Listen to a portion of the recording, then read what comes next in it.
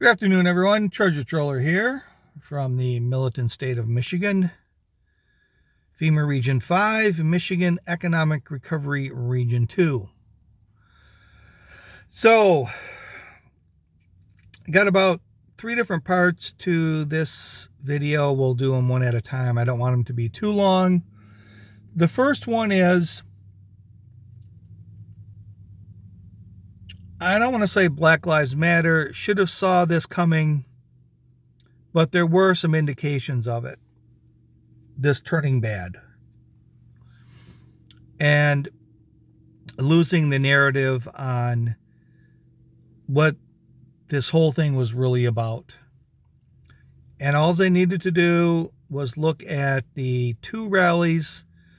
The first 2 rallies are protests that were held in Michigan.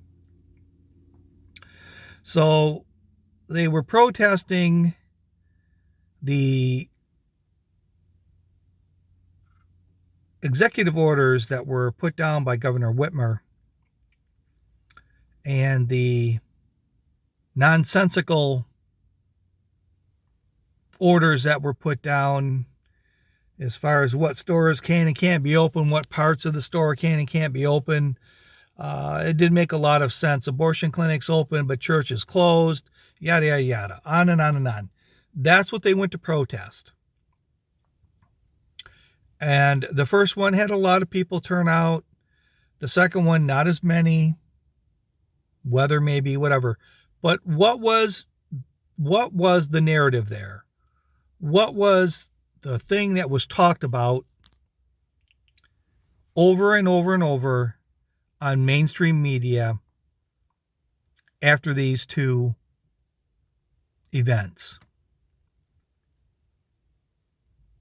All they talked about were the gentlemen there with the guns, with the ARs. The entire narrative was lost because of a few idiots showed up with ARs because they had a right to show up with ARs. And like I've said before, if you think you need to bring a gun to get your point across, you don't have much of a point. But you could not find anybody in mainstream media that would agree that bringing guns to one of these protest rallies was a good thing.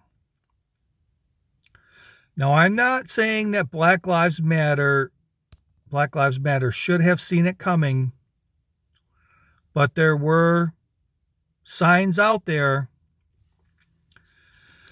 So when Mr. Floyd, unfortunate passing at the hands of a tyrannical cop,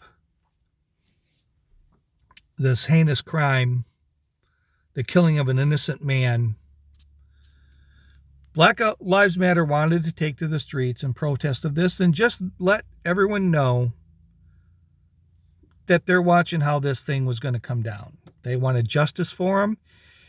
And really the sad part about it was 99% of America agrees with them. They all agree with him.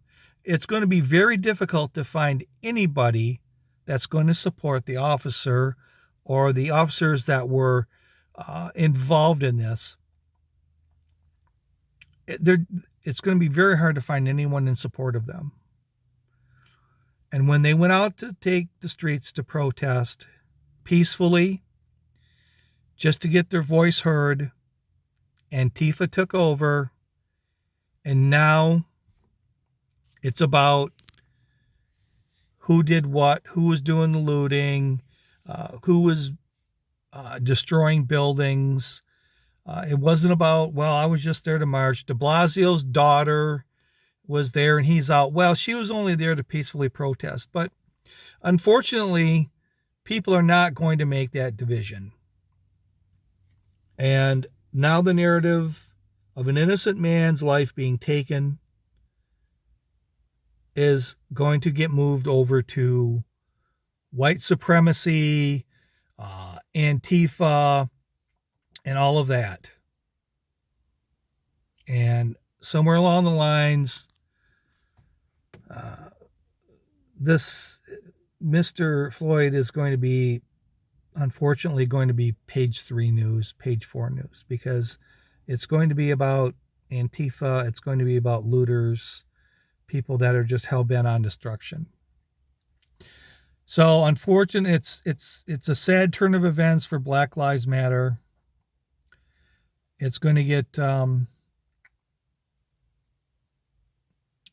what they tried to do was justice and righteous, and really just a bunch of people destroyed all that and took the narrative away from an innocent man whose family is grieving. So, with that, this is Treasure Troller signing off. We'll talk a little bit more about what Antifa has done to the Democratic Party, and then we're going to talk about the one percenters. So with that, this is Treasure Troller saying aloha and good day.